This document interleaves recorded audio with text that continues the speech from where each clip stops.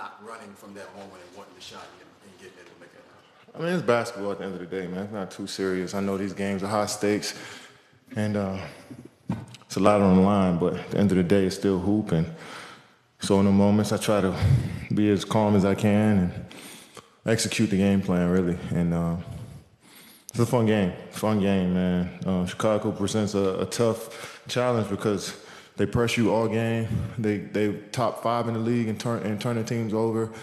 They got small guards that can penetrate and shoot. So, I feel like this whole week we've been having to, play against so many different types of teams. That's just preparing us to, as we, head down to this, second half of the season. So, it's a fun game.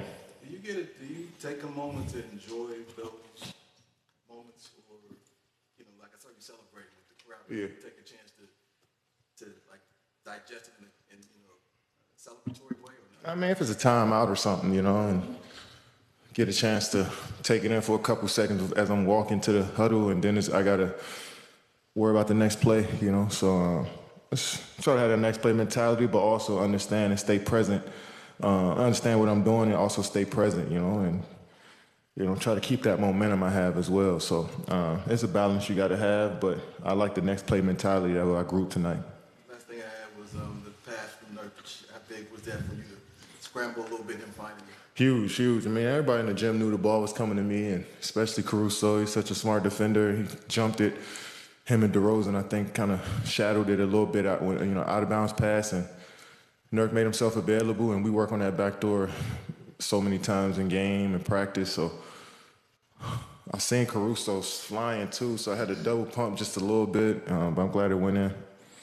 After coming off a back-to-back, you guys kind of started off a little bit slow.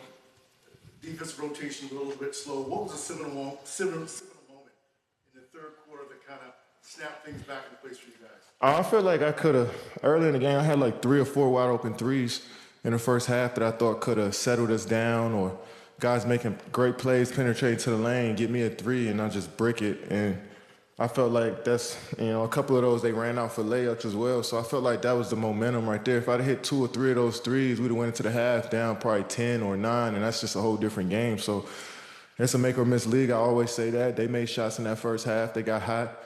Made, I think, 10 threes that first half, and we couldn't get none up. We couldn't make any, and I was 0 for 6 in the first half and 6 for 15. So we made 14 threes as a whole and got back up to 40% from the 3. I think we made shots in that second half. Kevin, congrats on the game. Kevin, initially you got fouled by Caruso. He was first sideline out of bounds. Was that improvising, or did you guys have that play? Yeah, I mean, we was going to run the same play again where I just got it out top and just go. We knew they had a foul to give, so we knew they were going to foul. But like I said, Caruso is a smart defender, and he's seen the play coming, and they jumped it a little bit. So Nurk, being smart as he is, to always flash when I get denied, and I was able to get a nice backdoor. Do you remember a moment, maybe back in training camp, when you realized you had that chemistry with Nurk and you were going to be able to move and see it? Yeah, I mean, I feel like we both know each other games from playing against each other for over the years. I know he likes to pass over the top. And I'm sure in the scouting reports playing against me that backdoors, you had to be worried about my backdoors coming out the corner, anywhere on the floor. So, yeah, and then once the first time it happened, it's been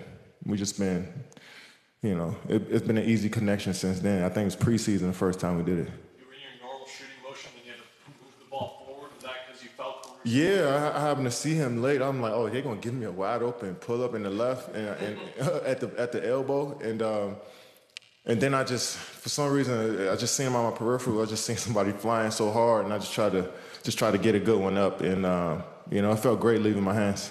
That's not something you practice, right? Nah. You seen the Kobe's and the Michael Jordans when you get a good contest. So I try to watch them a lot, and if guys contest me pretty well. So sometimes I can bring that out. Kevin, you back-to-back 40-point games, just won Western Conference Player of the Week. Can you talk to me about how you've had such good longevity throughout your career? Just great teammates, great coaches, great teachers and mentors that poured into me, and I love the game. I love to work out. I love to play in the summers and my off season. So I'm always thinking about the game too. So I think that just keeps me in it, keeps me energized. It's about your energy level at this point as you get older, and I enjoy coming into work every day. The crowd really responded to that tech on Drummond, and then Drew himself responded. How did you see both the crowd and Drew help you guys? Yeah, I mean, that's the point of emphasis. If Andre gets you under the paint in a compromised position, try to wrap him up as best as you can and put him on the free throw line. And I understand why I played with Dre. I understand why he, that foul was pretty hard. I can understand why he was upset at it, and I understand why Drew took the foul as well. So it's just part of the game, and sometimes the ref need to get in there and give us some text just so we can kind of clear that up. And they got past it and was able to play a physical, clean game after that. And I think Drew's minutes tonight were so incredible. Love what he did. He just turned the game for us on both ends, finishing around the rim, being aggressive in pick and roll. I love what he did, and hopefully we continue to keep building on that. You mentioned the turnovers and how they can do that. So I think you guys only had 7 tonight.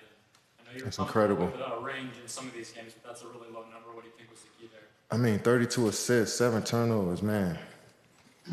I mean, we stayed patient. We didn't try to run into a crowd. And like I said, coaches, that was the emphasis before the game, and that this team is one of the best teams at turning you over. They got some of the best guards in the league on the defensive side with J.C., Javon Carter, Caruso, Ayo. They do such a great job of getting their hands in the passing lane. So I guess we were just extra cautious tonight, and instead of turnover, we got shots up. Jimmy, sorry if you've already been asked this, but you guys didn't take your first lead until about 6 minutes left in the fourth quarter. What is it about this team that just allowed you to stick with it and get it done?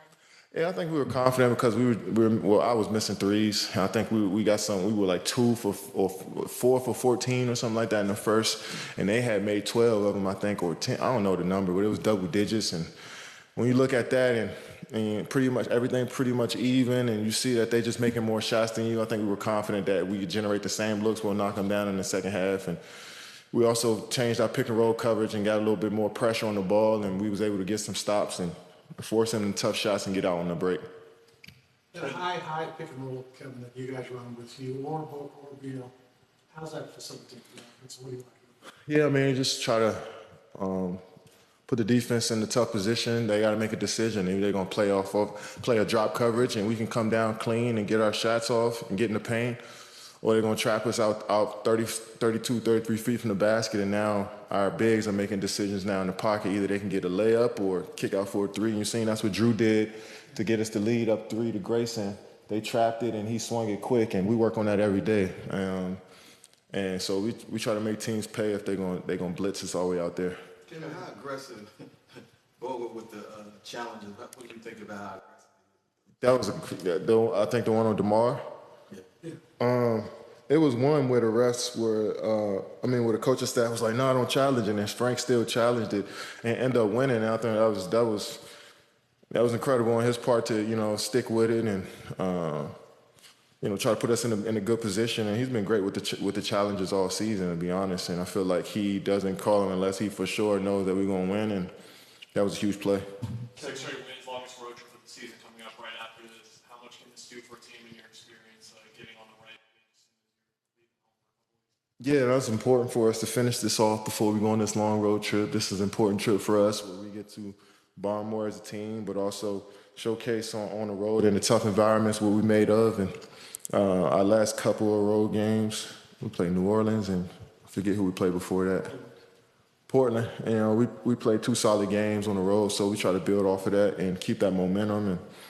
And I love it. 25 and 18, man. It was just a week or so ago. It felt like we were 1 game, 2 games over 500. So, we trending in the right direction.